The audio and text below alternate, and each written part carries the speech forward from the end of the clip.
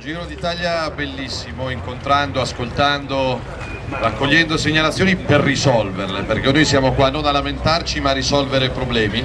Cito due esempi proprio dell'ultima settimana di dove la Lega fa, qualcuno si lamenta, la Lega fa.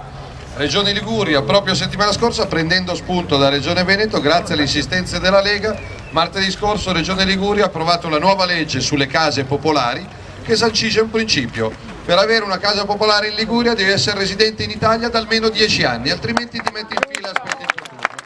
Esattamente come una parola. Ma anche dove siamo all'opposizione non ci limitiamo al lamento. Regione Umbria, sempre questa settimana, grazie ai due consiglieri della Lega, anche Regione Umbria, nonostante ci sia la sinistra al governo, siamo riusciti a cambiare la legge regionale e bisogna essere residenti in Italia da almeno 5 anni. È meglio di un pugno in un occhio, però vuol dire che fare opposizione in maniera intelligente paga. Poi c'è l'opposizione alla 5 Stelle che a Roma risolve il problema dei campi rom regalando 10.000 euro a ogni famiglia rom per pagarsi l'affitto e le bollette se vuole uscire dal campo. Sono buono anch'io a fare i regali dei soldi che non ci sono.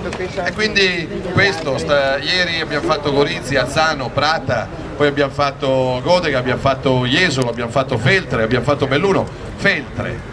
A me piacerebbe che i padovani che pensano o di non votare o di votare a sinistra facessero un giro per Feltre, dove solo nelle ultime settimane diversi richiedenti asilo, un po' della Nigeria e un po' del Gambia, si erano spartiti le piazze di Feltre per spacciare droga ai ragazzini di 15 anni. Li hanno beccati, li processeranno, forse li mettono in galera. Io dico no, troppo comodo stare in galera in Italia. Primo barcone e torni a casa tua,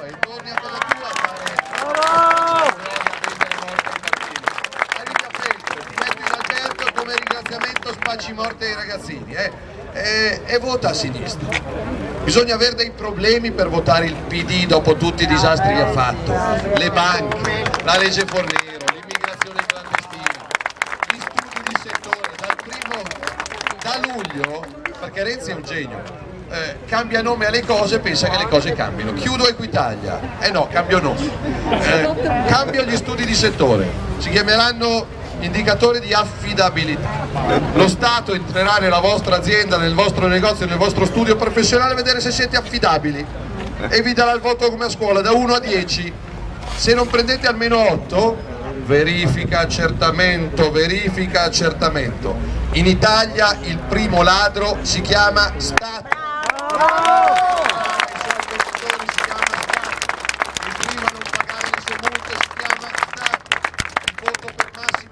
Darci una mano in un percorso di libertà che arriverà il 22 ottobre, data storica per chiedere l'autonomia del Veneto e della Lombardia. È un processo che a noi piacerebbe regalare ai cittadini. Via i prefetti, tieni i poteri ai sindaci, in modo tale che sia il sindaco a metterci la faccia, non ci sia il prefetto che si alza la mattina dicendo ne metto un po' di qui o un po' di là. E quindi è una scelta di vita. Vi chiedo, non so quanti chili abbia perso Massimo in campagna elettorale, 14 chili, preparati perché io ne ho persi 3, devo far di più, però finita la campagna per le amministrative noi cominciamo con la campagna per le politiche di frego il camper e giro tutta l'Italia paese per mandare a casa